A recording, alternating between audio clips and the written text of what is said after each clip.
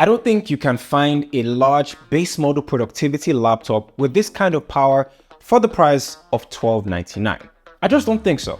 So Apple just announced the 15-inch M2 MacBook Air, and I bought one. It arrives next week, 2 days before my birthday, so maybe this is an early birthday gift. I don't know. But with this new laptop, there are people out there like students, professionals, young and old, and entry-level content creators who want to know if this laptop is the right one for them.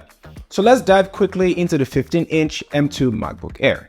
If you're concerned about the bigness or how heavy it might be, this is only 3.3 pounds or 1.5 kilograms, which is almost similar to the 13-inch model, so it will still fit into your school bag or travel bags without weighing you down a lot. It also comes with an 18-hour battery, which is no surprise. Every MacBook Air since the M1 back in 2020 has had an 18-hour battery life, so I'm glad Apple is still going with that trend. Now let's talk about the big elephant in the room, and that is the beautiful 15-inch display. It is a liquid retina display with no ProMotion or any high refresh rates, and I don't mind it, to be honest, and I feel if Apple added that to this laptop, it'll kill the battery a lot faster, and it'll also tiptoe into the 14-inch MacBook Pro territory. And we know Apple, so that's not happening. There are many reasons to pick this over the 13-inch model, and one of them is that it gives you more screen real estate. I currently use the 2020 M1 MacBook Air as I believe it provides the best value if you're on a budget. And while it's been a great ride, I find myself always wanting a bigger display for my typing experience or even editing videos on the go. The amount of times I have zoomed in on a document or even my timeline in Final Cut Pro is uncountable. Now, just having access to a bigger screen improves the quality of life. Plus, if you're also going to use this as your all-day laptop, I mean all day like in the morning when you wake up, taking it to work, on the train or on the plane, or even in class, or even watching movies in bed, the 15-inch model is just the way to go. Now, if I haven't already said this laptop is very similar to the M2 MacBook Air that came out last year.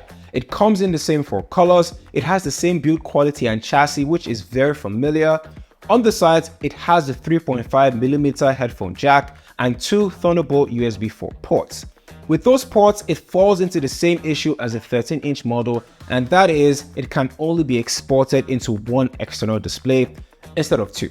As usual, it's not a big deal if you already have one display. And I just realized right now the target audience for this laptop only has one display. So if you want 2 displays, you have to get the MacBook Pro laptops. The keyboard is also the same, which is great, and I'm glad Apple didn't change anything because as an ex-MBA student about to graduate, I can't really overstate how well a good keyboard will make your projects and assignments a lot easier. It's tactile and your fingers glide through each letter and key with ease. Now the iMac keyboard is pretty good, but it doesn't even come close. Apple is calling this the 15-inch laptop that has it all, and while I want to agree to an extent anyway, it will do the basics even as a creator. So if you're into photography, it can run Lightroom and Photoshop side by side without any problems. If you're also into video, Final Cut Pro runs very smoothly. Now I wouldn't take this to the extreme as a lot of people do when they get these laptops and they give it negative reviews. Remember, there are laptops that Apple have already created that can do that, but not this one. So keep that in mind. The most interesting thing is the price and where it stands in its lineup. It's $1299 for the base model and $1199 for education, or in other words, for students. That is a sweet deal, but Apple went further.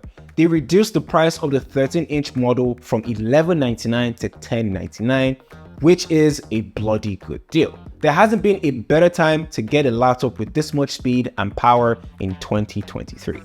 Which do you think is the better option for your everyday life, the 15-inch M2 MacBook Air or the 13-inch M2 MacBook Air? Comment down below and let me know. Thank you guys for watching this video, and if you're still thinking the price of the M2 MacBook Air is expensive, I talk about the M1 MacBook Air and why it is still a great laptop in 2023 right here. My name is KJOS and I hope to see you guys there very soon.